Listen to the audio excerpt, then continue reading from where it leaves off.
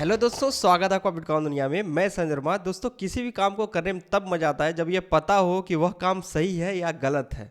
कोई भी दुविधा होती है तो उस काम में करने में उतना मजा नहीं आता है। अब अपने इंडिया में क्रिप्टो एसेट्स की बात कर लीजिए। गवर्नमेंट इसके ऊपर इनकम हो रही है तो उस पर टैक्स ले रही है, लेकिन इंडिया में ये रेगुलेट है कि नहीं है इसके बारे में पता ही नहीं है। पर पिछले कुछ दिनों से हम लोग को गवर्नमेंट की तरफ से क्रिप्टो से रिलेटेड कुछ पॉजिटिव न्यूज सुनने को आई है, जिसके बारे में मैंने आपको पास्ट के वीडियो में अपडेट दिया है। बहुत सारी बातें थी जो कि क्लियर नहीं थी, तो गवर्नमेंट ने कहा जो G20 मीटिंग होने वाली है बेंगलुरु में 23 फरवरी से, उसमें सारी बातें क्लियर होंगी। अब G20 मीटिंग जो हुआ उसमें क्रिप्टो करेंसी से रिलेटेड बातें हुई थी। कुछ बातें वहां पे पॉजिटिव थी, कुछ बातें निगेटिव थी, जो कि हम सभी को पता है कि हर चीज का दो पहलू होता है, एक पॉजिटिव होता है, एक निगेटिव होता है। वैसे ही अपने क्रिप्टो एसेट्स का भी कुछ पॉजिटिव पहलू है, कुछ जो है निगेटिव पहलू है। मैंने आप सभी को पिछले कुछ वीडियो में अपडेट दिया है कि हमारी गवर्नमेंट का ये कहना है कि ये क्रिप्टो एसेट्स को रेगुलेट करना या बैन करना किसी भी एक कंट्री के बस की बात नहीं है। जब तक पूरी कंट्री आपस में मिलके ये डिसीजन न ले पाए कि आखिर किस तरीके से रेगुलेशन करना है इसके ऊपर, तब जाके इसके ऊपर क्या रूल लगाना चाहिए वो सबके सामने निकल के आएगा। तो इन्हीं सब का जिक्र G20 मीटिंग में भी हुआ और इंडिया की तरफ से कहा भी गया है कि क्रिप्टो एसेट्स रेगुलेशन पे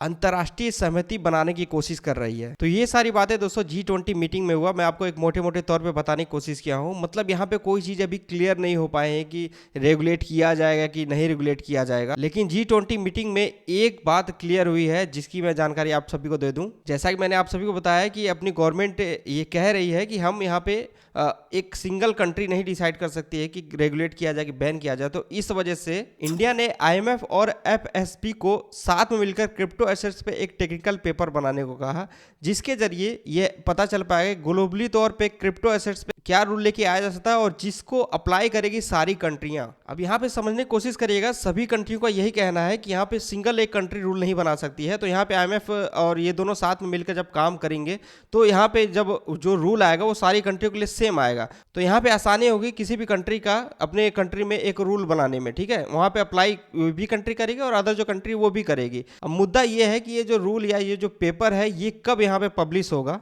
तो जो इंटरनेशनल ऑर्गेनाइजेशन है वो उम्मीद कर रही है अक्टूबर महीने 2023 में फाइनेंस मिनिस्टर और सेंट्रल बैंक गवर्नर का आपस में मीटिंग होने वाला है। तो उस मीटिंग के दौरान ज्वाइंट पेपर है वो रिलीज किया जाएगा। तो मतलब ये है कि अक्टूबर महीने में कुछ ना कुछ तो यहाँ पे क्लियर हो ही जाएगा अपने क्रिप्टो एसेट्स को लेकर अपने इंडिया में। बाकी आपका इसके ऊपर क्या कहना है आप कमेंट करके बता सकते हैं। हम आप यही उम्मीद करेंगे जो भी रूल आए हमारे फेवर में ही है, जिससे कि अपनी जो क्रिप्टो इंडस्ट्री है वो और भी बड़े लेवल पे इंडिया में जाए। वीडियो इन्फॉर्मेटिव लगी है तो चैनल को सब्सक्राइब किए हुए बिना मत जाइएगा। अभी के लिए बस इतना ही।